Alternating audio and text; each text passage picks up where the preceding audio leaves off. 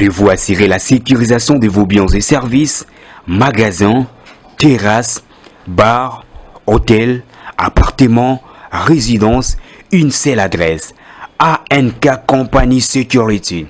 En vue d'appuyer la vision du chef de l'État, Félix Antoine Tshisekedi Tshilombo, ANK.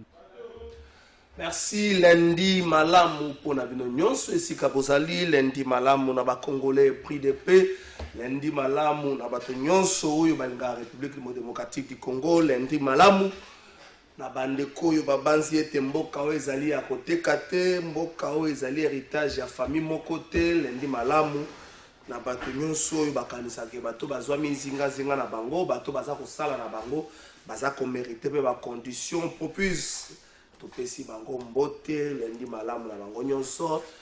À une semaine il y a rentrée scolaire 2023-2024. La difficulté elle est foutue. Il y a des fonctionnaires de l'État et des agents publics. Ndenge nini ko entreprendre rentrée scolaire oyo to komeka. Moi muke kolobela ngo na émission na biso amukola lelo ba para ba komi komi lobela na nzela ba para bazoe bate nini basala ba para ba ebite eloko nini ya koloba pesi ba para makasi to banzi ete rentrée scolaire yango ekosala makaka atako ekosala mana mwa ba difficulté na ngambo ba para pona frontière scolaire mais to banzi ete bana ba kozongela nzela ya kelasi to kolobela ngo na émission na biso ya mokolo lelo yo to pesa makasi na gouvernement congolais na mosala baza kosala pona réhabilitation l'hôpital général de référence de Kinshasa ex Mama Yemo musala baza kosala kuna ezali mosala moko malamu ebiso to arate to loba côté za rouge te so côté moko za vert to loba te musala baza kosala to pesi bango makasi ndenge bazo sala musala wana pesi makasi na karma pa na pesi makasi osala ka musala moko monene pona koyebisa na biso ye Mama Yemo za mouroir ba menasaka yo je me rappelle encore ba menasaka yo bakendaka no gauche bakendaka no droite mais lelo yo bato nyonso bamoni lifuti ya bitumba na yo po ete mosala moko eza kosala makuna malamu de se cendre connaître babatima moko impressionnant mpe kosala eloko moko malamu nini tokolobela élection 2023 est-ce qu'il y a-t-il des ratés dans cette organisation tokomia pina les camarades de France à la duplicata tokolobela yango les camarades scolaires dans le bain déjà tokolobela yango union sacrée ses acquis les peuples ont-ils été servis par ces gouvernements est-ce que peuple et gouvernement ont servir bino au-delà ba tumso ba kolobaka ba umeli na ministère depuis union sacrée banda ba umeli bazawana au-delà ba discours que bango ça va que on est discours le la bilan okoyo ko ndimsango ba te pourquoi ko ebisanga te que no bilan ça va mais ngabo na bande nazo bikango est-ce que le gouvernement va servir bino dikambo sécurité sommet il y a ba ministre de la défense il y a EAC salamaki le 24 août mais tozongela ngo poani parce que la décision ya sommet wana ezali maintien ya force régionale pour na préserver ba acquis la force régionale la République démocratique du Congo ba acquis nini force wana eye nango epana biso pendant ce temps merci Igor wana ezali Jean-Pierre Bemba azalaki au ministre de la défense na biso akendaki konatina ko représenter la République démocratique du Congo balobi ba décider ba force wana et vendre na mboka pour na préserver ba acquis motuna ba acquis ezali nini ya force régionale est-ce que ezana va avancer sur terrain oyo to yebite mais tout le monde se rend que même le chef de l'État Félix Tshisekedi Tshilombo a décrié la manière de procéder.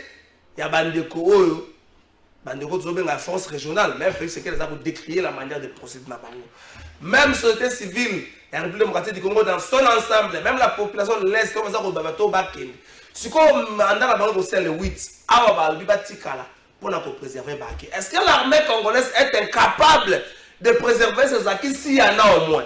Motune tunami ba invité na biso ba koluka ba répondre na yango na week-end eleki de pesa zalaki na to be yango mini congrès to congrès bo mikolo ba kono to congrès VIP mini congrès ba entériné quand même candidature ya chef de l'État Félix Tshisekedi pour un second mandat ba lobi zali oyo ba kwa ko sala ya motuya ba entériné yango na ki ba lobi po ya ko subisa projet na ya zalaki nango pona kotombola mboka weekend oyo avant na pesa ba invité mbote ma photo ya Vital Kamerhe na Kabila etondisami na réseaux sociaux après intervention na ye na Jeune Afrique, ma photo ya Vital Kamerhe même en 2015 azoloba ndenge aza koassume choix na ya Joseph Kabila net na mito mpe bafe Vital Kamerhe aza koassume choix na ya Félix Tshisekedi so azokazona na 2028 to 2024 Vital Tshisekedi aza te eke moto mosusu aye Vital Kamerhe akolobaki aza koassume choix na nga akosoutenir ye. Ce qui est intéressant avec l'homme politique congolais ezali koboya kozanga soni ya koassume plutôt bachoix na bango. Bapoliticien congolais même bande bavai na nga na plateau bazalaka na bachoix et puis na argumentaire moko kosoutenir makambo na bango. Oyebi nasepelaka mingi na Lucifer, je le dis sincèrement, nasepelaka mingi na Lucifer. Mpona nini na otomona Lucifer asala badémarche lokola bapoliticien congolais te ayebi katengamaka epa ve na ye nkolo na vanda position le jour via comprendre que non leki otengamaka ya kozongela kiti na yo ebonga yembelaka nga okumisa nga akoya. Mais les politiciens congolais prêts à subir, donc ils sont dangereux plus que Lucifer pour la plupart des cas. Lucifer n'a pas que l'homme à flair. C'est pour la raison que bando kabwana fait na vanda na kwena yo. Attends le ibetala mutabando batubana ndako o bakenda église lobi abasaba mataki na babisi trans académie. Ya ko bino bakamba trans académie. Chaque dimanche trans académie et même makabandimi moko ya limité, ya par église moko za na limité. Trans académie ba bete bazo matango na passe parce que vous avez un sérieux problème. So bakamba connexion, vous avez un sérieux problème. Et tu dis que ça fout, mais pour vous, ni na yebe connexion soit tant et tu dis que matana ngombo la yene cour. Mais chaque dimanche pour me makaba ben dimi église moko pour nani. Transcol ça on est sans la, il faut que trans académie sans la. C'est le bio au tombo on a pas non mais bango sika. Qu'est-ce qu'il croit? Nous bénéficions des ordonnances du chef de l'État. Et bon ça est. Vous avez dans les besoins toi souk. Qu'on bénéficie de l'ordonnance du chef de l'État. Et ça l'est. Pour nous vous allez sur le non azoka de salene. On cherche à l'arrêter. Ah, bukanga ka batu bongo. Trois invités par aux émissions d'émission, mon la monnaie Patrick Atina, moi appuyo. Ah, yo bon beaucoup mes fois. Patrick Atina, les gars nous avons appuyo. Nous sommes fangio. Mbote ndeko mopandisa ngombote na bandeko ko débatteur bae na kokabula bongo na bango makanisi mbote na bana somi ya ekolo bino bae baso bopalangani mokilimo bima mwana suka Maître Patrick Etinda, Mongali Bonga, Mwana Okata, Ongolo, Ogbouche Chapesi Binuba Sombote, na ko profiter na pesa mbote na bana MLP, ba cadre tout comme militant, mais aussi bana yafuna obalobi bango banso sima ya mwana suka to yingela na parlement na poto bouger yango to lobela bana mboka to ba obatinda les Molières et autres ba kenda kuna olala pongi. Donc, dès qu'on a et vous avez vote moko sanction. Vote sanction, bazo sanctionner, bato tout bakende kolala. Na ba eux soi-disant balobaki bazo bande ko luka pouvoir pour basa la peuple, basa les peuple té. Ba kanisa té que ba congolais baza babololé. Ba congolais ba comprendre na kotanga article pour na zongi selo maloba article 58 ya mobe koli kondi o elobi. Tous les Congolais ont le droit de jouir des richesses nationales. L'État a le devoir de les redistribuer équitablement et de garantir les droits au développement. Aucune garantie il y a développement. Et l'État a redistribué équitablement tes richesses en Mboka.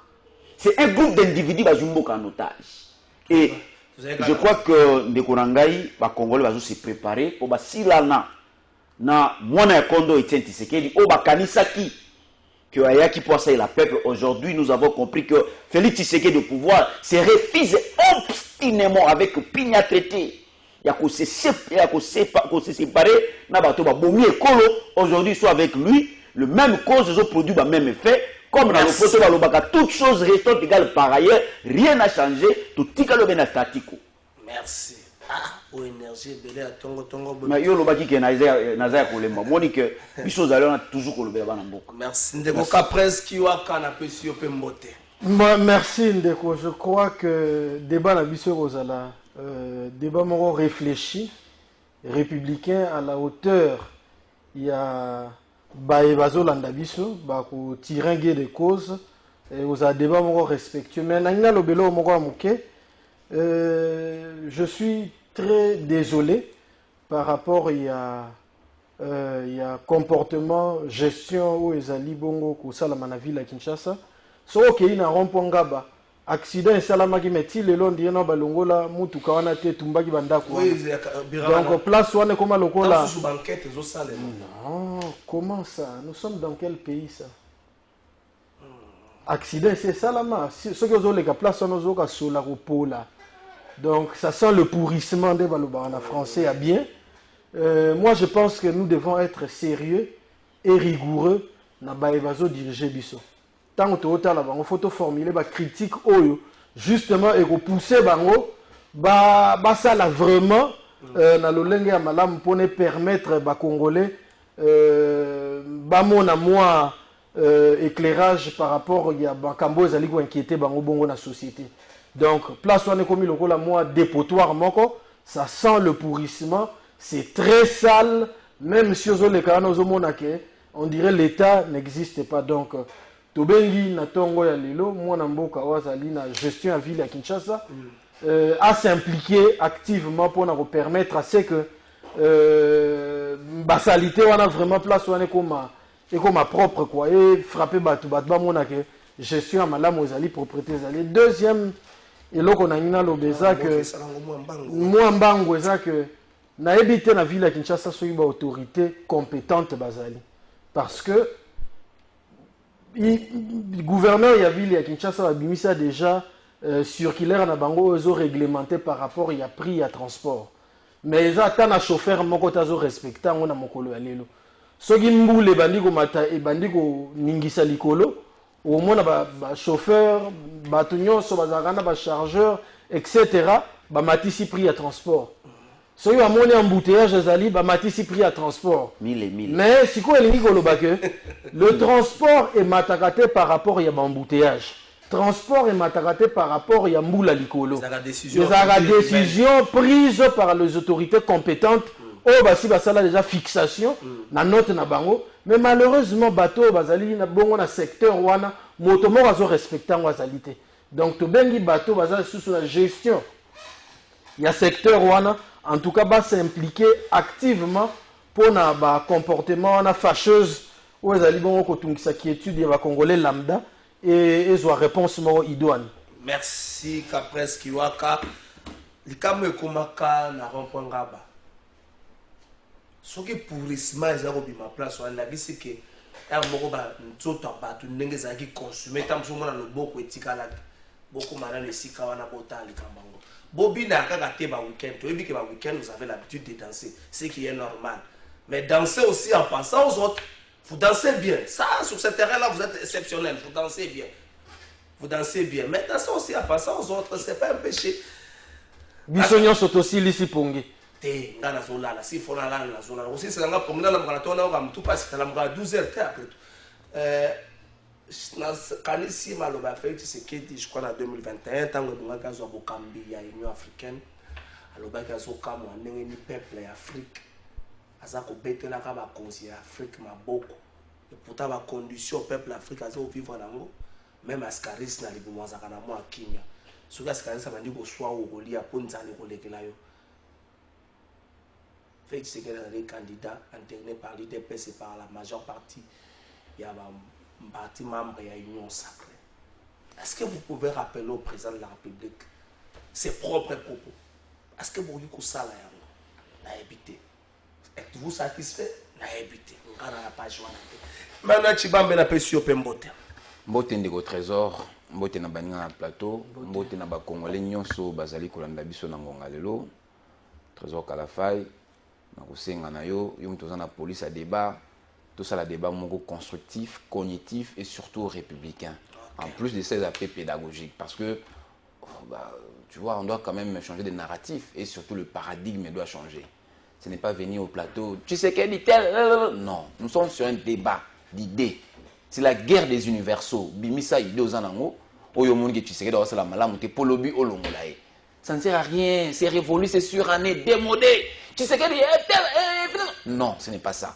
En tout cas, moi, je ne fais plus jamais ce genre de débat. Et on a Sengi, diriger le débat, et ça la idée, des chocs. Tout le monde a bien battu Bolonga. Tu sais qu'elle dit, qu'est-ce que vous nous proposez? C'est comme ça. Voilà. En tout cas, Trésor na Sengi Yango. Pour ceux qui ont je serai obligé de déclarer forfait. déclarer faux. Non, non, parce que moi, je ne participe plus à ce genre de débat au Finga. Je ne veux plus. Tout le monde y a déjà d'entrée des jeux. Opposer question, Moussoussou, Moussoussou Abani, Asali dit, oh, bah, digression en français. Donc la question a été posée autrement, au lieu de répondre à la question, elle me commence à la digression. Et tu sais qu'il dit, bon, non, c'est pas ça, ça c'est suranné. Surtout que le peuple congolais s'est assagi. Kalandé, tout ça, il été, Zoba Kibiso. Actuellement, nous sommes assagis. Tu veux dire que Osora Lobiboué, tu veux bien Nenga-Zalaka. Tu veux dire que Osaka, tu veux bien Nenga-Zalaka. Tu nous rappelles toujours dans l'ordre. Voilà. Heureusement, tu as un combat démocratique. Maintenant, les gens aussi définissent très mal la démocratie. Les gens pensent que la démocratie, c'est aller au-delà de ce qui est, c'est ce que la démocratie requiert. C'est ça aussi. Bien que nous sommes une nation jeune en démocratie, mais je pense que nous avons vraiment le devoir et à côté de ce que c'est la démocratie. Les gens définissent très mal la démocratie. Aussi ça qui donc, mon devoir autant que ça la démocratie. Oui, principe, mais principe est qu'il y a un respect à Mobeko. Mouta que les bandes à Mobeko. Mobeko, c'est un avantage à mon côté. Quand ça la macasse, il est là, et l'accident qu'on tire à la macasse éternellement. Quand ça faible, l'accident qu'on tire à la faible éternellement. Le principe n'est qu'un babiso. Et dit que l'on a limité à Robert Assou, maintenant, ça va être à 2080. Via Coli, à tirer une expérience, on peut sa barre en matière. Si vous avez un combat de 4 secondes, vous avez une technique, vous avez un ring, vous avez un ring, vous avez un combat, même Nzoto, ils ont répondu à ce donc, je vous demanderai plus à être humble, assimilé. Botambola mingi na respect à texte. Ce que vous avez respect à texte, le reste est là. Mutu moko ta dans héritage na ngo bango epile mo dit que héritage à famille mutu moko te. Donc okoza makasi lelo, okoza faible lelo. Le besoin nzambe na beta bino lisolo na mona mokozi moko FCC na embouteillage les qui makasa baluki azongi mais na kala ko tambola bongo ta Augustin Kabuya na kala banda on laisser passer priorité na embouteillage mais lelo azoleka lobi akosalate donc toyeba nini tolingi wana zega qualité ya koyoka rentrée scolaire à une semaine à rentrer maître Patrick Tinato banana yo à une semaine à rentrer. Na niveau, il y a un ministère RPST avec les enseignants, il n'y a pas trop de problèmes, mais à niveau, il y a des parents avec la difficulté de commun, il y a paiement, les parents, comme tout, c'est voué la scène. Est-ce que tu as la mesure, la moboti, ça va boti, tu as la mesure, il y a une difficulté, tu as Congolais, peut-être qu'il y a un avantage, nous sommes des bana qui là, la mesure, une famille moyenne, la République démocratique du Congo, qui part avec 5 enfants, une famille moyenne, nous avons 5. Par rapport à sa mesure, les lois qui payent pas sur Salango, rentrée scolaire, il y a qui n'a pas les 5 ans. 2 minutes. Merci, Ndekonangai. Je crois que la situation est intenable. Ndekonabiso, Félix Tshisekedi avait promis la classe moyenne. Et Mandez aussi là jusqu'à aujourd'hui, il n'est pas en mesure. Il y a qui la bongo ou une classe moyenne. Aujourd'hui, en RDC, soit vous êtes riche, soit vous êtes extrêmement pauvre. Et rentrer, je crois que les aliments qui sont rentrés, les parents sont toujours. Et cette fois-ci, toujours palper, toujours sentir que rien ne marche. Même bandé, puisque la majorité ce sont des chômeurs, mais ça les alités. Et le régime actuel n'est pas en mesure, il y a coupé ça va congolais mais ça là. Et dans le congolais bazo sala, bazo lela. Omoni ndeko Kalafai ba former ba congolais pour bazala ba demandeur d'emploi. Il faut, je crois même un système éducatif il faut changer. Aujourd'hui, il y a beaucoup de chômeurs, tout simplement, puisque bah, formés, bah, Congolais peuvent avoir des demandeurs d'emploi. Et moi, je fait ce qui est dans le bac, il y a millionnaires congolais. Où est-ce que nous en sommes? Tous allés wapi. Au moment que fait un mandat, il n'y a pas eu de millionnaires congolais. Donc, classe moyenne et salamité. Pas ces aliments makasi, bah, para bazolela, zoa micro na yo tambola, au moment que jusque-là, il y a des parents qui, même que sont comme côté, retard, rire à salaire. Donc la situation, elle est vraiment intenable. Na évité na mboka oyo ba Congolais ba kende komile na wapi. Na évité ce josenga basel la biso miri moko ya lamentation pour ba Congolais ba kende kolela kuna puisque il y a un ça ne va pas. On ba lukaka pouvoir pour na ko saler la peuple. Ba lukaka pouvoir te pour na ko misalela. Mais contrairement à ce que nous sommes en train de voir, apparemment bande ko na biso ba lukaki pouvoir pour ba misalela. Puisque kotala kaka ndenge makambo ezokende. Et les mêmes personnes qui ne sont pas en mesure, il y a coupé sa population, oh, bah, prometaki, bah, les gens vont postuler. C'est ce qui fait mal. Non, et puis qui s'amite, mais bah, l'oukaka pouvoir pour nous saler la peuple. Est-ce que bah, nekonabiso va écouter la population? Bah, le baké, oh, bah, prometaki bango, aujourd'hui, est comme une réalité. Vous allez voir, tout ce que je viens de vous dire ici, et tikali kaka slogan. Classe moyenne, et tikali slogan, les millionnaires congolais, ils ne sont pas là. Bah, former plutôt comme ici des hommes riches à l'époque à Kabila, plus riches qu'avant. Et bah, misusu oyo bah uti koya. Bah, comme ils sont riches. Mais la population a tikali kaka na pauvreté na ye. Population tire lo tikali kaka ko raisonner na biloko oyo ba pays misusu basi ba leka. Et loko kwa biloko ko lia, et loko biloko ba rentrée scolaire. Et tikali préoccupation kaka o pa na biso. Mais dans d'autres pays, c'est les cas d'étape pour la kala. Normalement, ceux qui me basent Ramboka bien, au côté de Namotuna Wanate, et que ça pour que nos frères, au qui ne connaissent pas l'objet de l'objet critique. C'est ce qui m'étonne. L'IDPS a l'ingé pas critiqué.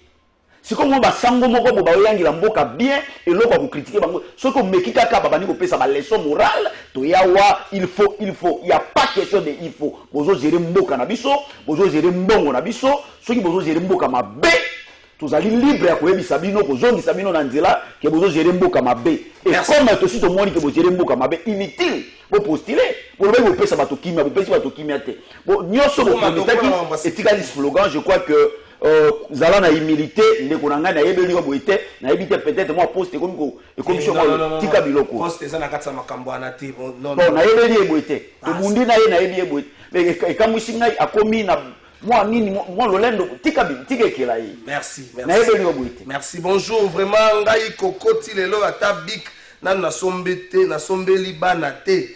Ah, ndeko koko, il y a un problème, tu es au Bundara Kabongo, tu es bien aussi là. Bonjour, ndeko Kalafay, tu as eu des pestes total à Kabango na vitre, ya nyopi, bazala kamine nekasi, banda to longo la ki nyopi, nous kande baza miki. Na comprendre te vitre nyopi baza mine, tant bolongo nyopi baza miki. Na éviter ngolo bani. Ndeko Emmanuel a une semaine à rentrée scolaire, partout ce bazar, partout heureusement vous avez parents. Peut-être bino bozan na plateau aussi bozu ma coquin bongi c'est rentrée scolaire pour la bao ya bino mais la majeure partie ya ba congolais lelo bazo la rentrée scolaire et ça le ndenge nini ba habiter ba bunda na ndenge nini. Est-ce que 4 ans après c'est pas là l'un des points d'échec qui a fait la gouvernance a fait c'est qu'on connaisse encore des difficultés pour nous préparer belo pour la rentrée scolaire. Ndeko trésor Kalafay et loko il faut faire comprendre bandeko nga ba congolais naza congolais na vivre na mboko yo et puis naza pe parent vivre pas ya makambo na ibi passe et puis naza parent tolera no mbika tolera no piodi yo yebi wa muninga tolera na nyonso ba piodi même ba dendo ba tumbala ba tolera yo na ngati oyebi ndeko je suis parent non c'est préparé pe bana ngani sumisa tu bazonga na rentrer bazonga pe classe ba difficulté aussi toujours rencontré en haut. Maintenant, là où moi je n'ai jamais été d'accord, tout se comprend s'il vous plaît. Tout se comprend. Kobimisa ete difficulté oyo, biso se rencontré et outi et bandika na air Tshisekedi. C'est là où nous disons non. Non. Et bandi moi kala. Trésor Kalafay, yo nanga toi génération mo, ngana botami na génération 8, 80. Toi génération 1980. Bana wana bananga na bana école primaire na ba 80 na ba suko ba 80 ti les l'autre trésor Kalafay na ranzemo à la veille rentrée scolaire nzembo on échange raté nzembo on échange raté mo bana ndako muni mama bi ngana suko na bana ngana rentrée scolaire moi biso bana biké o ba be lundi et puis ngana zonga na bana zonga la classe le premier jour na zongi et puis na zonga bena bilamba sika na kata nya sika. Mais au bout maman ndo lela na osuka wapi na biso kolina maman papa ko fait un peu trop jeune maman ndako lisi biso. Donc ça veut dire que Nzembo wana likambo wana ebandi na Air Félix Tshisekedi te. Il faut que nous nous mettions d'accord sur ça. Aujourd'hui, Félix Tshisekedi, il faut être de mauvaise foi. Ou soit il faut être ensorcelé pour qu'on y met le côté. Tshisekedi est venu au pouvoir, papa. Moi, j'aurais voulu voir nos amis de l'opposition. Tshisekedi ata maboko mkie ata misabimisa ta maboko. Pourquoi? Parce que la constitution que nous avons a été promulguée, si j'ai bonne mémoire, en 2005, je crois. Février 2005. Aujourd'hui, jour pour jour, ça fait 18 ans. 13 ans, je crois, 13 ou 18 ans. 13 ans. 18 ans. Oui, ça fait 18 ans, voilà. Jour pour jour. Na kata constitution, on a auto ça et là, t'es 13 ans, 18 ans. 18 ans. Na kata constitution, on a, et ça, l'article, moi, on a article 43, na l'ennemi ba congolais, où ils sont l'émission, ba font la constitution, tout ça, na ba Android, ba font l'article 43. Te, parce que on a un opposition à Tanga. C'est à Tanga. Article on a 43. Si en 2019, avant Tshisekedi a au pouvoir, bande konabiso, il y a un régime passé. Oh, même si on est opposant les lots, banyatan va violer pendant tout ce temps. T'as son article 43 puis on a ya. T'as son article 43. Toute personne a droit à l'éducation scolaire. Il y est pourvu par l'enseignement national. L'enseignement national comprend les établissements publics et les établissements privés à créer. La loi fixe les conditions de création et de fonctionnement de ces établissements. Les parents ont le droit de choisir les modes d'éducation à donner à leurs enfants. L'enseignement primaire est obligatoire et gratuit dans les établissements publics. Au moins. Donc, dernière ligne. Tshisekedi a yé. Donc, 2 mois, donc 60 jours après installation, 60 jours dans le mois de mars, bon, ben, c'est dans le mois de janvier. Dans le mois de mars, moi je suis respectueux des textes. Chez moi, chez nous, c'est le respect, il y a loi. Gratuité de l'enseignement. Les loyaux, les a gratuité, je ne dis pas que c'est alléluia, amen, et c'est 100%, ni succès. Non. Et là, surtout, lorsque ça na stade, il y a Bandeli. Et ça a toujours dans moi la première Mickey. Mais nous devons reconnaître que le plus grand a été fait. Le plus gros a été fait. Le fait que Tshisekedi a instauré gratuité de l'enseignement et allégé tâche de ma parrain Béli, y compris même moi. Je l'ai dit, j'en suis bénéficiaire. Je le dis, j'en suis bénéficiaire. Dans l'école officielle, la 13e rue, en face de la Kondo Luambo Makiadi. École officielle, c'est une grande soeur dans l'école. Est-ce que et à les gens attachés? Merci. Donc, ça veut dire ceci. Nous connaissons toujours il y a des difficultés. Même moi, j'ai des difficultés. Mais moi, on n'a pas cette culture-là. Excusez-moi. On a des difficultés pour que les gens soient en classe le 5. Mais il n'est que difficulté est liée à la présence de Félix Tshisekedi. Non, voilà comme une démagogie. Merci Emmanuel Chibambe. Bonjour monsieur le journaliste. Juste signaler à l'invité au plateau que les millionnaires sont créés avec beaucoup de détournements. Mbongo, ils ont gâté, mais ils sont libérés. Papa Tolobanini Kassi. Ah, Nico. Presque Waka. Vous avez parents, la difficulté, madame. Bonjour, jusque-là. Basilisi publication exétée. Alors quand est-ce que et comment préparer la rentrée? Quand et comment préparer la rentrée dans les 4 ans de cours. Publication avant tout le temps sous semaine aussi là. Donc préparer la rentrée de cours là. Dans votre élection oh bah t'as fallu le déposer tout bah t'as capable les élections va rentrer venir là-bas. Comment ça va ma politique? Merci. Moi je pense que il est de bonne loi que Bana Bazonga na rentrée scolaire parce que éducation nationale et Zalibongo constitutionnelle. Mais également, le ministre il y a EPST, il y a éducation nationale, il y a une note circulaire à Zouaki pour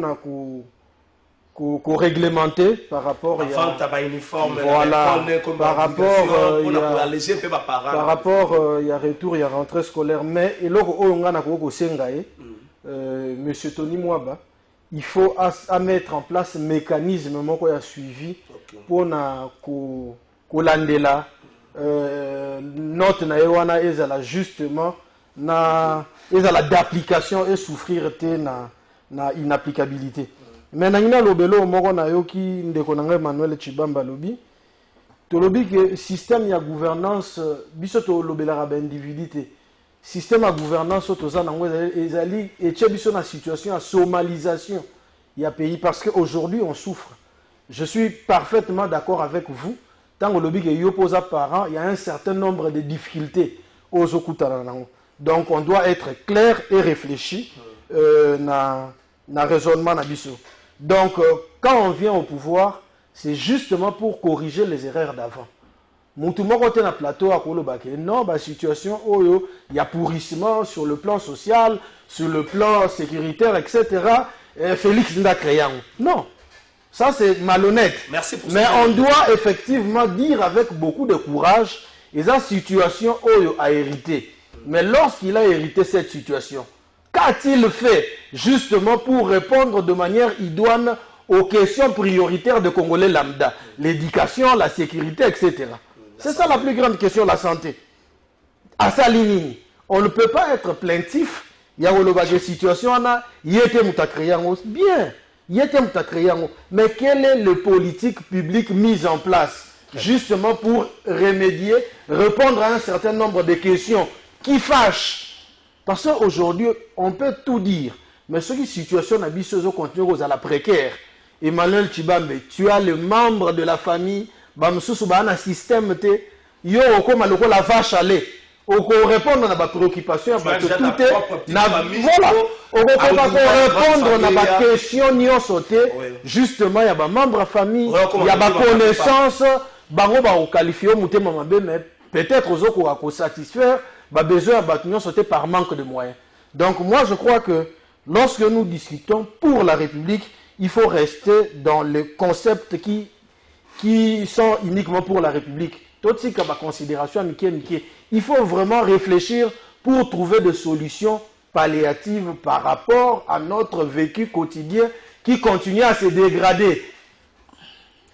Donc, rentrée scolaire, humblement, je demande à M. Tony Mwaba qu'il mette en place un mécanisme et un suivi pour justement notre naïro abimisaki et la force et souffrir na inapplicabilité. Merci. Bonjour Ndeko Trésor. Awa na rompenga ba pas moyen solo ya somo. Ba autorité ya Kinshasa va trouver solution pour na biso la population on nous a pembeni. Merci Ndeko. Bobi na paix mais boki paix na paix bande ko rompenga ba. Bino bozaka bo salut. Cette gratuité est de la mer à boire. Ils ont détruit la qualité de l'enseignement de notre pays. Moi, na ya ministre Nini Atanga kana gratuité. En plus, na Elikia Boboto Sainte-Anne gratuité et Zali. C'est une question. L'Union sacrée est une bande de ventriotes, conglomérat de profitaux sociaux. Ah, il y a des quoi ça m'a cassé na mot. Et ça m'a Cédric Vangi. Yo comme un politicien.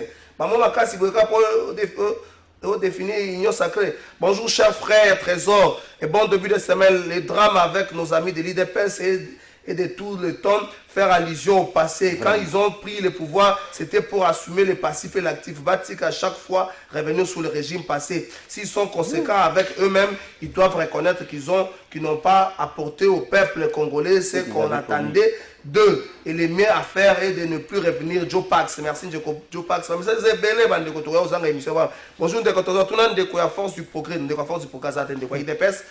Le colayer assili toutes les injures de azali susuna injure asenga cesser les fins de que je pas compris ici on n'insulte pas. Bonjour de ko trésor ezali inspecteur na PST ba revendication na biso nyonso ezui ata réponse mon côté pas même 1% tout ça li ba marche ba sit-in ba correspondance ata eloko mon côté ba sali lokuta il y a pas de qualité de l'enseignement sans inspecteur. Ils ont échoué, c'est tout. Mais c'est l'inspecteur. Est-ce qu'il faut toujours passer dans les médias pour ça? Vraiment, un inspecteur, c'est honteux. Est-ce qu'il faut toujours passer dans les médias pour ça?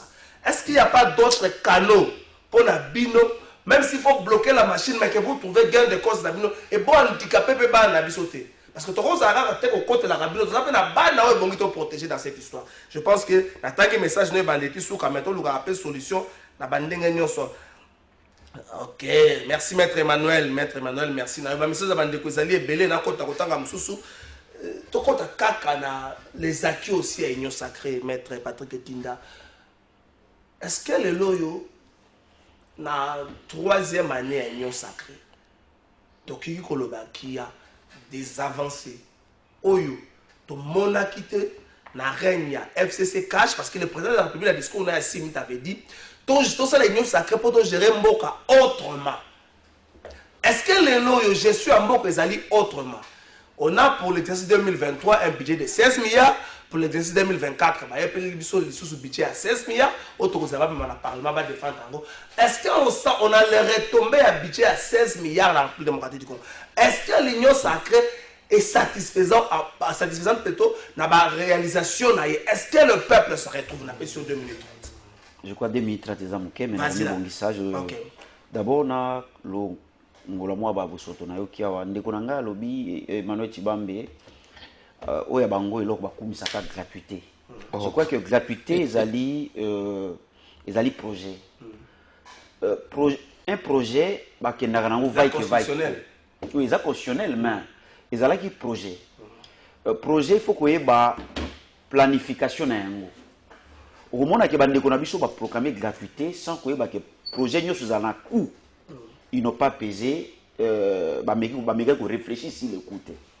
D'abord avant de proclamer gratuité déjà na budget na biso il fallait que tu aies pourcentage ya malunga na enseignement. Au moment que ba ye nango kaka boye ba proclamer ngo kaka boye na loyenge sans que na budget na biso na enseignement ba tia ba louer pourcentage ya malunga.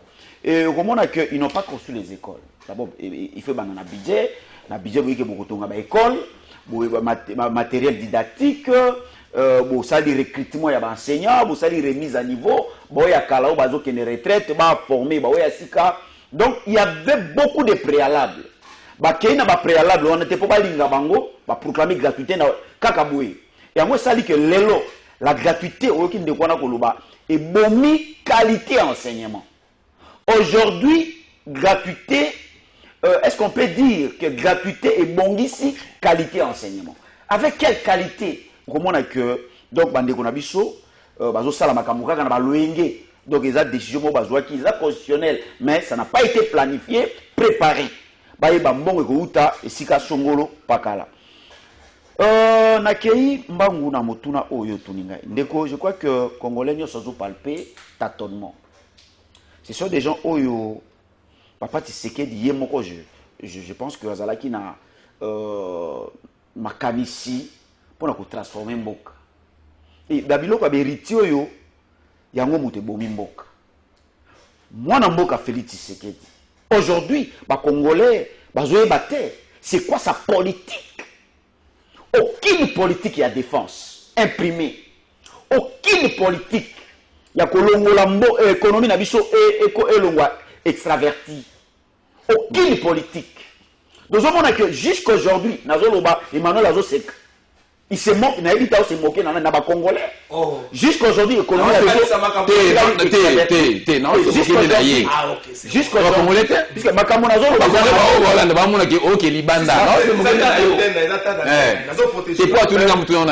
c'est que de pouvoir. À quoi qu'il y ça, l'économie a toujours tourné vers l'extérieur. Félix Tshisekedi de pouvoir, aucune politique agricole. Un pays à vocation agricole. Aujourd'hui, tout comme un pays à vocation politique, les pays aujourd'hui ont fabriqué des partis politiques. Félix Tshisekedi de pouvoir n'a pas pu décourager l'hémorragie, au cas d'hémorragie. Aujourd'hui, nous sommes facilement dans le banc de faire la politique. Mais on a 21 000 enseignants, on a 400 000. On peut faire la politique. Tout ça, ça m'a pas déjà que Bazali a volonté à transformer Mbokate à partir de budget. Une minute sur ça. Ils ont pris 80%. Il y a budget Mboka, ils ont un fonctionnement de l'institution. Ça, le dépassement budgétaire, Emmanuel ne va pas me contredire. C'est ça à 80%, il y a budget Nabiso. Au cas qui va Kabounde les autres, Matina, créneau. pour la que mbongo eleki. Donc l'institution zoli mbongo presque nyos. Bon réduit très de vie à l'institution. Soit disons ba député ba bazabo bazana union sacrée. Ba yé na kolanda visuel ya Félix Tshisekedi. Ba boyi ils se sont refusés obstinément avec l'opiniâtreté.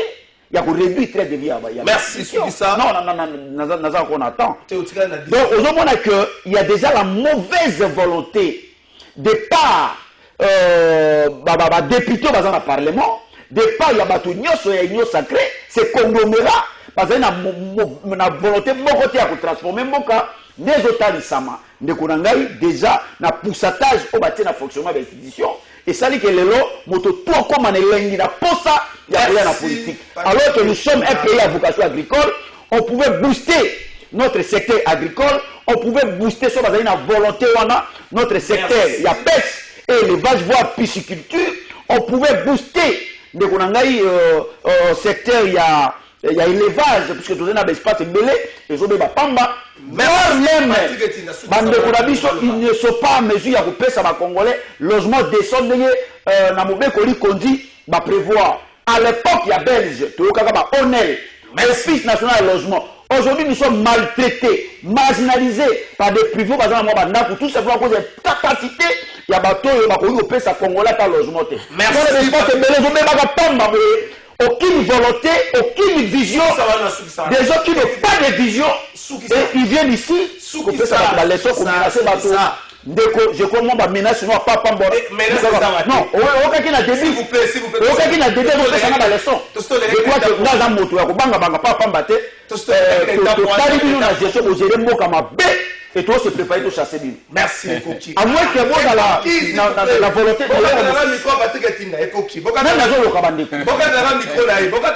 merci. Bonjour, awa na mokali tozonyo kama likambo ya etali nzela bandeko na mokali bazonyo kama. Bonjour, mbotende ko trésor 37 IDPS na opposition tomona ata esika batonga toilette publique tem. Oyo muke oyo bazali komeka kosala eza mbongo ya mboka. Comprendre on comme bonjour de journaliste lipa ya 200 et commis 500 à 600 francs papa tokosuka wapi ndeko elei mapa Saline de Kalafai na 2015 bana na ngai mibale batangaka na gratuité na province ya Kwango na territoire ya Sompolunda secteur ya Kasa donc déjà il y a eu gratuité na selon yini kwa Ndeko Emmanuel na Kasongolunda merci Ndeko Emmanuel tu ne sais pas là quels sont les acquis au peuple de Gotan a mis sur Mibale et Union Sacrée? Est-ce que n'est chef d'État au Bango? Je me rappelle encore le discours. Et là, quand on a Makassa de Mars, chef d'État au Congo, mais les discours, c'est trop fort. Tout ça, les logos Mogoto gérer Mboka autrement. C'était ça le message. Est-ce que les logos allaient gérer autrement? Nous allons répondre même dans 30 secondes. Naïb Sandego Nangaïti. Quand on est débat politique, il faut avoir des nerfs solides. Ngai na yawa na menacer mutu et surtout na rosa na monter surtout qui na peu na qualité te osala yango. Bat bana qualité osala yango bazali. Nga na passer message pour nga tout ça là débat d'idées aux populations. Obi? Voilà et puis na poser na yango déjà. Yonde message na au passer avant yonde au menacer ngai. Bon, yonde si yo na ka monter ko ndenge na bino. Tout le monde a patron à bino, n'est pas bête bagarre des républicains dans le pang naïe. C'est un secret de politiciens. Tu es bien aux alagas. Les lobes changés pour. C'est là. S'il vous plaît. Non, bon. C'est là. Il a été acquitté. C'est bon. Je passe, non, c'est là au mot amouké. Mbamsous yo zalarati. Le 28 mai 2015. Je dis bien le 28 mai 2015. Finale, il y a Ligue des Champions Real de Madrid, Athletic de Madrid. Juste après finale, Wana, Kolutu dans Franck Dion, il y a des campagnes de Soboma déjà. Kolutu dans Franck Dion a Tumba Moutou à la na cité Bordeaux. Non, c'est ça, aux Zagina y était. À l'époque, aux Zagina y était. Radio ça. Na solo bango bien. Papa Léon Lemba à témoin. Donc, na personne, non, na mis c'est locaux, hein. Pour faire pour à l'époque nous avons fait deux mots dans ce bisayo comprendre dans le tout n'a pas fait au bisayo Je connais. Et puis, Fandon, c'est mon vieux. C'est bon. Parce que, on a traité à l'amiable. Je cite son nom. Il y a un dossier qui était. Je l'ai dit. Merci. Il n'y a pas de diffamation. Même quand on est en train de diffamation, il y a un dossier qui existe. C'est un dossier qui existe, mais on a eu intérêt. Non. C'était pour faire voir à mon ami que. C'est pour faire voir à notre ami que. Nous, on ne menace pas que des gens, c'est vous qui en avez l'habitude. Il y a Otumami Tourabatou, il y a Roberto Bagarre des Républicains, il y a Osekese Basouda, Boyebi. J'en suis pas là. Deuxièmement, quand on vient au pouvoir, c'est pour corriger les erreurs. Oui, parfaitement. Parfaitement. Tshisekedi est en train de corriger les erreurs, surtout dans le secteur de l'éducation. Maintenant, le mal est que nous sommes impatients. Nous, Congolais, nous sommes impatients. Et puis moi, je comprends pourquoi nous sommes impatients. Des fois, je ne vous tiens pas rigueur. Je comprends pourquoi nous sommes impatients. Parce que le mal a été tellement profond et nous voulons avoir des solutions immédiates. Je comprends. Mais il faut voir d'où nous venons et où est-ce que nous en sommes. Tu sais que lorsque tu sais qu'il vient, tout de suite, illico presto, gratuité de l'enseignement, c'est corriger les erreurs ou non. Il faut aussi commencer par dire, non, là, tu sais qu'il a quand même corrigé. C'était une grande erreur où tu sais que loi corrigé. Moi, je ne pleurniche pas. Je vais seulement rappeler aux gens. Je suis politique. Nebi discours à politicien et surtout qu'il y a la science à communication. Discours à la boye, mutation à déformer pour le besoin de la cause. Il y a une limite de discours et la travestie. Et la colorer autrement. Ça veut dire ceci, je n'ai pas pleurniché. J'ai tout simplement rappelé que si tu sais de connaître Oyoyoko, années 80, il est rentrez scolaire, la classe. Je n'encourage pas ça. Je n'encourage pas ça. L'État aussi a sa part de pouvoir donner des moyens et surtout payer. Moi, il y a il faut pour préparer la rentrée scolaire bien. Ok, c'est dans ce sens-là. Donc, il y a été des discours, ils ont mal compris, ils ont travesti, ils ont bypassé. Donc, c'est un peu ça. Merci. Il y a union sacrée. Aujourd'hui, la vision du chef de l'État, et c'est là qu'il y a Kolomwana, Katia, démocrature, son robin en bongo, oligarchie, qui instauré dans le régime, dans le Mboka Nabiso. Tout le monde a Mboka. Chef d'État a intimé ordre d'un ministre. Le ministre a appartenu à un parti à qui se référer à l'autorité morale.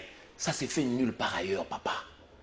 Ça s'est fait nulle part ailleurs. Ça, je le dirais, moi, bandana botama, bandana tanga histoire politique, na mona no yelo bon isalamati. Tout pour été, regroupement isalaka, délégateur, mais lorsque le chef de l'État, le garant, il y a une nation a péci ordre, il y a beaucoup exécuté. Ou se référer à l'autorité morale comme s'il y a deux chefs d'État en Mboka. Ça, c'était un vice. Il fallait tout de suite pour décourager, pour changer, pour que ça la maté. Il y a un moment qui tellement ébélé dans 2 ans au président de la République. À passer qui n'a pas de FCC, dans sa coalition. Il fallait quand même redorer l'image de Mboka et puis qu'on paie sa Mboka vision Moussou Yassika. Aujourd'hui, nous avons vu une nouvelle classe politique. C'est ça la vision du chef de l'État. Pendant 30 secondes. Au moins, constitution na biso Ndeko Patrick, Alobi, gratuité de l'enseignement, et mal confectionné, programmé. Non, Ndeko, au fin ici, honorable Franck Diongo. Au fin ici, Kouloutou n'a Franck Diongo,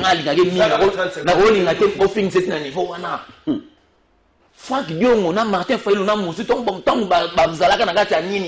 confectionner constitution, l'article Nyonso, Azara député national. Azara député national. Azara député national. Azara député national vérifié. Yo évite la petite information. Franck Diongo, Martin Fayou, Moussou, député national. Nous sommes dans l'Assemblée nationale lors de la rédaction de la Constitution. Ils ont participé dans la commission. Ils articles et vous avez des strictes applications. Tant où il est, pouvoir aux oligarchies que c'est là qui est beau et qu'on exécute. Merci, mal confectionné. Tu sais que n'est que corriger par erreur, tout va appliquer l'article 43 de la Constitution. Donc, et ça dit bien programmé, c'est moi ça souffrait d'application. Merci. La souffrance et l'application de moins de l'eau, gratuité continue. Pour le master, on va monter au fin de sa fin de Dion. On va parmi les rédacteurs à constitution. Alors, moi, même mon athée, merci, Fondou, l'un des co-rédacteurs. Alors, moi, la TV, je suis l'un des rédacteurs. Parce que il y a un nouveau poème, ok, bah, c'est Dion, au fin de sa fin de Dion. Merci, ça va le faire rectifier. Merci, s'il vous plaît, s'il vous plaît. Bonjour, plateau de vérité. IDPS et sa bande, Bazali, incompétent. Pour les Kakutu. Pour les incompétence, Yango, Moko, Yebisa Bango, Baliaba, Melakasi, Baye, Baken, Ndeko Makambo Komine, Otanga, Ngoten, Ndeko Nangai, Sami depuis limité. C'est trop grave, Makambo Komine, Ndeko Yebela, Mbokeza Ebsonyoso. Saline, Ndeko journaliste, Ngai, Nayebi, gratuité, Félix Moutou, Abandi Yango. Vraiment. Abandi Yango. Na 2015, na Indombe, na territoire ya Bana Babandaki Kotanga, Ofele, Moutou ya Félix, Awa, Aza, Lokutate. On va peut-être information. Merci Ndeko. Bonjour Ndeko Trésor, Yebisa Moutou ya Franck Diongo, Soki Félix Apesaki, chef na ye poste et discours wana, Toyongaki Toyo Kayangote, c'est Marcel Luka Diamonga pour la merci Ndeko Marcel.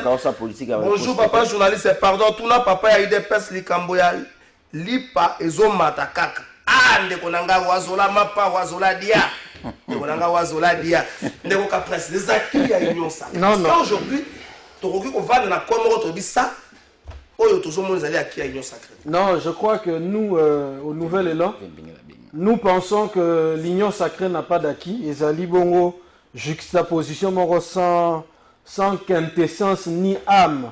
Parce que les mariage au Salamaki sans fiançailles, balanaki sans commettre en amour, programme na bango pour discussion, dégager vision commune pour gérer la République de manière correcte. Mais tout le monde a dit que se regrouper. M. Félix Tshisekedi Yasiliki, député Moussou Yangambo, donc Kotaki, tellement désordre que tu as naissance, il y a union sacrée. Donc, c'est un mariage qui était fait à l'avant-vite, avant les fiançailles. Donc, et Zalana à qui mon côté. Parce qu'il aurait fallu, ça la nous fiançailles. L'exige la tradition, ça les fiançailles, se découvrir. C'est une façon en politique, il fallait d'abord mettre en amont offre politique s'occuper pour discussion et pour dégager vision commune où il y a permettre à ce que gérer la République peuple congolais à retrouver un gain de cause. Mais malheureusement, tout le monde a tout le monde union sacrée continuer. Périple nango na bandeko mususu utaki na ngambu na FCC bascula to éviter basculement ozaki dû à quoi motivation nango na mobile nango to baraté et koma union sacrée koma Hollanda vision il y a monsieur Félix Tshisekedi. Mais maintenant on doit être patriote. Mais maintenant ce que tout dans la question le vision yango les alakanini au fait parce que na nginde konangai Emmanuel Chibambe il a très bien dit à l'obéli makambu ya constitution, mais à l'époque quand cette constitution naissait, bango bazalaki contre kutu référendum baboaki na bango wana na kangi parenthèse. Mais toi là on imagine la loi de la majorité. Na kangi parenthèse, c'est justement une façon roloba. Mais les lorsque to mona ndeko Emmanuel alobeli article 47 il y a constitution 43. Ouais, très bien 43.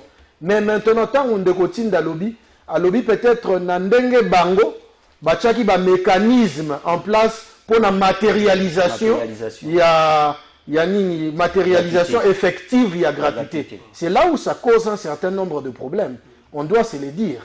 On a institué la gratuité. Mais est-ce que batena qui compte na conséquences nango parce que na yoki bande ko belé bazo benga ba lo bake gratuité ezali bongo ko détruire enseignement na biso.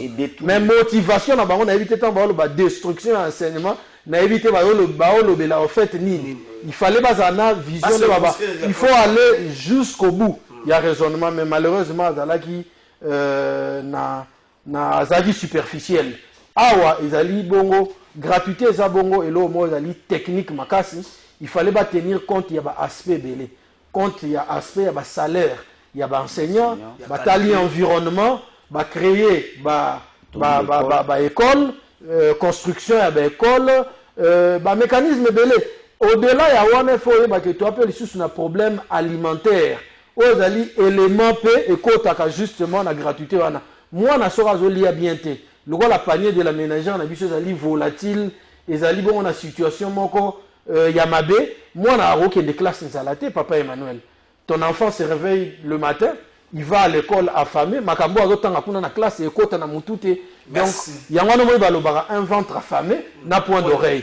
C'est pourquoi nous disons au nouvel élan, nous sommes les porteurs, il y a une offre politique, il y a bien, nous avons des projets, justement, lorsque nous allons arriver au pouvoir. Si les Congolais lambda nous donnent la confiance, je crois que de manière nous allons répondre de manière efficace, il y a un problème, il y a un Congolais, sur le plan éducationnel, sur le plan sécuritaire. D'ailleurs, il y a plusieurs tribunes au Bissotokoma sur ma question bongo éducationnelle, sécuritaire, sociétale, etc. Donc, ceux qui va congolais lambda va payer si biso confiance, je crois que nous allons répondre ikeknouk na ma question avant. Merci Bigé. Bata nouvelle la songi bazolo, ba soko PC les tesa wana mobile PC ka moi ça peut soka lito ya zuyo. Nouvelle la songi bazolo ba faut mon pas kuloto nanga Adolphe Muzito. Bata nouvelle la ndeba zakana sango ba kota ka bazo Muzito asimi stylo, asimi cré la table le bango bazo koma bazo pesa to. Ah mais oui, tout ça là. Merci. Dans l'exercice Bonjour monsieur, pourquoi le monsieur de Franck Diongo s'agit sur le plateau? Et je veux savoir eux ont quelle politique de base pour amener les Congolais au paradis. Georges Amassina sans fil. Merci Ndeko Georges. Ma question à message à baptiser Bella so depuis tout temps ngamo comme la biso moi ngambo. Message, on va dans beaucoup mes fois.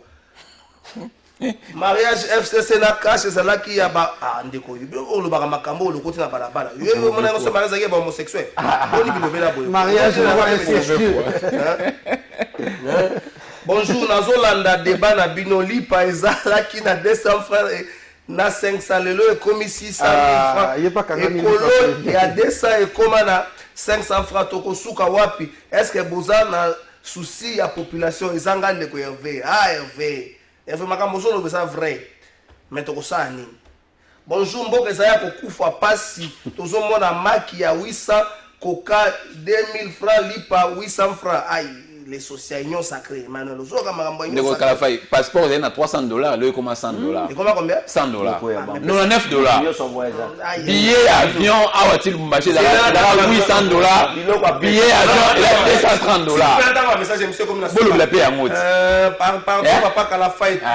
Batela biso c'était na sur approvisionnement il y a ba distributeur, il y a ba banque en dollars. Il y a un sérieux problème. Ndeko. Surtout donc bonjour Ndeko Trésor régime ya Tshisekedi d'incompétence eza trop tala makambu ezoleka na ordre des médecins bazolia biso ba $25 illégal mais moto azolandela azate ordre des médecins. Bonjour monsieur le journaliste tourner ngai moto ya papa Muzito na yo nakoki kosala ndenge nini pona adere ndeko ke na siège obengi wana opesa merci ndeko zala kimia tozosukisa émission tozosukisa émission ndeko émission esili tozosukisa émission opesa bango 30 secondes basukisa mana 30 secondes wana Emmanuel Chibambe congrès salama ya lobby yo ko lobaka makamba congrès tika ba samedi lobby na samedi esila lobby la défense tona difficulté encore un nouveau mandat na bandeko ya IAC mais biso côté même chef de l'état a télé. Merci, je crois que Asuka kaka na hôtel Melate na koloba mais il faut mettre en pratique na koloba na moi quelques secondes mais tikana yusana Emmanuel Tiban mais walobi peuple azali impatient mais ndeko nangai et yo moko zoloba makambo ebandi lelote je me pose la question nyos nzembo na bino ya chaque jour ezali makambo ebandi lelote je me pose la question boyaki po boyembela bato makambo oyo ebandi lelote to boyaki na vision moko éclairée. Au moment que l'Union sacrée ezalaki kaka pour ba débaucher ba député majorité basculée pour l'intérêt à Félix Tshisekedi na batuna mais ezalaki té pour intérêt à peuple prévenez que aujourd'hui bozomona que bato tout bazo travailler même ba ministre oyo bazali censé moto à travailler na domaine na bango tout bazo travailler na vision ya tata mokonzi ekolo zotalisa que la vision ya tata mokonzi ekolo ezali flou merci banate la chité de Gongai na makambo yo tuningai je crois que ces gens te comprendre que bah quitté pour na kosunga biso tout le monde qui a déjà tout le monde qui a ils sont pas venus pour nous aider, il faut pas Merci pour le nouvel élan par rapport à cette question. Nous avons proposé beaucoup de tribunes au Etali Magambouya est du pays. Par rapport à la question à EAC, il y a un péché originel, ça il faut être reconnaissant. Tant que tu as na EAC na aval, il y a Assemblée nationale, na Sénat, point d'interrogation. Ils ont motuna na tiki bon. Ce qui va le vivre ça la prolongation, il y a force et EAC. Je crois qu'on est très mal barré. Il faut tout ça la plus confiance effectivement na armée nabiso parce que nous devons avoir une armée républicaine dissuasive capable de mettre en déroute le plan machiavélique de l'ennemi Paul Kagame. Merci. Je peux 30 secondes sur ça. Ouais, Trésor, merci. Par rapport à Motuno Tuni à Congrès, effectivement, nous avons un congrès extraordinaire samedi dans le village de Nandayala, dans Kinkole. Congrès Nabiso, il n'y avait qu'un seul point, où il inscrit à l'ordre du jour. Entérinement, il y a moi, Félix Tshisekedi, comme candidat Nabiso, il y a eu de PES. Donc, travaux Salamara déjà, Nakisantou, le 4, le 5, le 6 janvier, Nakisantou, nous avons deux résolutions. Résolution Liboso, il fait que c'est le plein pouvoir. Bissou a membre à CDP parce qu'il n'a pas membre. Il y a la Convention démocratique à parti. Il y a le plein pouvoir. Il y a après départ, il y a présence au Kaboun. Il fait que le secrétaire général soit le pouvoir limité. Bissou a membre à CDP, il a le plein pouvoir d'engager parti sur tout le plan. Et puis, deuxième résolution, c'est qui pour qui fait que dans la prochaine candidature de l'élection Ezoya. Il y a une journée à samedi, il y a un congrès, il y a une entériner par décision autour qui n'a qui sentent donc de renouveler ce mandat à 5 ans à fait Tshisekedi comme président du parti. Bon, comme ça, chef de l'État, oui, bon, moyen à s'engager à une incompatibilité. Et puis, il y a une compatibilité morale. Voilà, constitution, c'est ça justement. Donc, c'est ça. Il y a un moni, il y a un peuple congolais surtout. Merci Mingi pour Bao Bayaki Nombo Kostoni Biso. Rendez-vous le 20 décembre. Bao Baza Ola Pongi et Tali Bango. Rendez-vous le 20 décembre. Merci. Biso Idepes. De Félix Tshisekedi comme notre candidat du parti. Katlala micro na Molili ya Kofia Molili. Mike Mukebai Molili. On a 9 jours de détention. On a 9 jours sans explication. On a 9 jours sans réponse. Mike Mukebai Azana Molili. Éviter. Bat mususu balobaki o agenda o baotambolaka na agenda babima bazala akite. Bat mususu sûreté de l'état babima bazala akite. Bat mususu mbongo ebungi maladi kutu ya mabe maladi lokola covid babima bazala akite. Yango ngana ngakota bakambola binote mukeba elisumu nezani. Bondimbela mukeba ya vanda na kumba. Mukeba komi bolokotie avanda na kumba ti lelo po asali nini.